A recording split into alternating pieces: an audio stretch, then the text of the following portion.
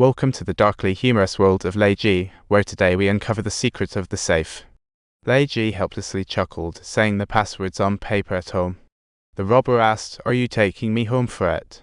Amazingly, the robber believed him and stuffed Leige into the trunk, driving off to the supermarket to buy a cutting machine. While I, bored in the car, went to the restroom, only to find the car gone upon returning. The robber was furious. What an odd turn.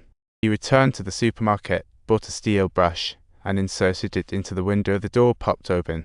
"Don't try this." Turns out, just 10 minutes ago, two fellow thieves used the same trick to drive off with the car. Classic two birds, one stone situation. They were carrying the safe, mumbling about good luck, until the old man opened the trunk and jumped back in shock. Poor guy really lost his grip on reality. Leige, hearing silence outside, climbed out of the trunk just as he heard his phone ring while buying snacks in the store. Talk about bad timing. To his surprise, the safe was back. This plot twist was quicker than a soap opera. He decided to follow the two little thieves, discovering they had brought the safe back to the old man for help in breaking it open.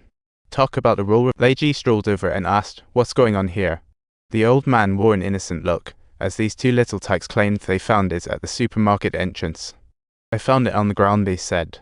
Leige thought to himself, this kid must believe money grows on trees. Poor robbers were trapped by Leige. So the long-traveling robber was asked by the mini-boss to dig a hole. What a peculiar request. Subtitle: Dejected, Leige thought had been tricked. The robber was leaving when the mini-boss demanded the safe. Turns out, Bio had messed things up ages ago. What a hot pot of chaos. Leige kept digging while Bio opened the safe, handling the. Leige climbed out of the hole, picked up the gum lying on the ground. 1, 2, 3. This was more exciting than any movie shoot. Phone rang. The robber's wife was baby news. Leige thought wrecking the bus car would be a good gift. The robber thanked and left. Leige didn't fight. They were peers, sharing the same hardships. Digging the hole was his own task. Suddenly, his girlfriend called, saying their daughter was bullied at school. Leige groaned, "Oh no, not again." What would you do if your daughter faced bullying at school? Now that's a plot twist. Let's see how Killer Leige tries to turn the tables. His daughter suddenly announced she didn't want to go to school because someone was always calling her names. Leige wondered aloud, isn't that just kids being kids? Later that night, seeing his daughter still in deep thought, he approached her, only to find pictures of her being made fun of on her phone. "Oh boy, talk about over the line." His daughter, lost in thought, asked, "Isn't it because I'm not good enough?" Leige sighed and reassured her, "You don't need to please. If someone disrespects you, you need to stand up for yourself. They'll handle this problem. I promise he won't come back." So the next day, Leige decided to visit the girl's house to have a chat with her parents. But the girl's mother wasn't going to have it, shouting, "My daughter would never do that." And then she threatened, "I'll call my cop brother. You better watch out." Leige flashed his iconic smile, thinking, "Gotta keep it classy today." Next day, the police came. Leige was unfazed, answering all with "I won't answer." The police had no choice but to leave, while Leige chuckled, expressing the hilarity of the unpredictable. In the afternoon, after school, his daughter ran into Taylor in the restroom. "I heard you're picking on my friend Brittany. If you bully Brittany again, I'll cut off your head." Taylor was terrified, crying away. This girl was indeed Leige's hired help, 15 years old and having practiced judo for a few years. Just days ago, she almost choked the life out. A villain needs a villain to rescue them. Leige could only do his best to help his mom out of this awkward situation. A new day begins. He washes hair, brushes teeth, and his boss discusses work when he suddenly spots a giant spider on the wall. Leigh said, "You're overdoing it. Let me help you overcome your fear." The boss retreated. "Get out. I've got my own shield."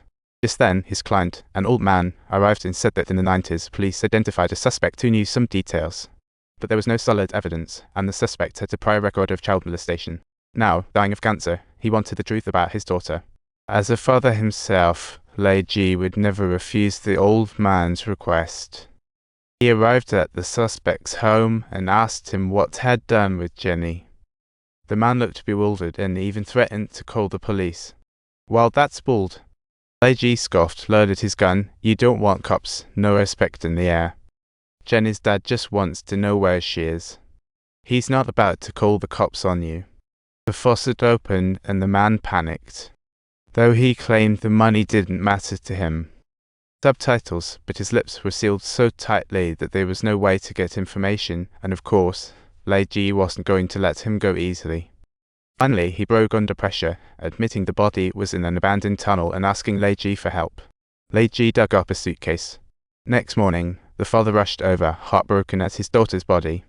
Subtitles. He walked up to the killer with a lamp in his hand and simply said, "Can an apology truly redeem you?" The old man had no words and turned away. Leige, holding the lamp, deepened into the tunnel, declaring, "It'll end all evil from here on out." What happens when a kidnapper takes the killer's daughter? Stay tuned. Don't forget to subscribe to our channel for more wild adventure. Today is the birthday of his daughter, so while choosing a gift at the supermarket, they suddenly noticed she was missing.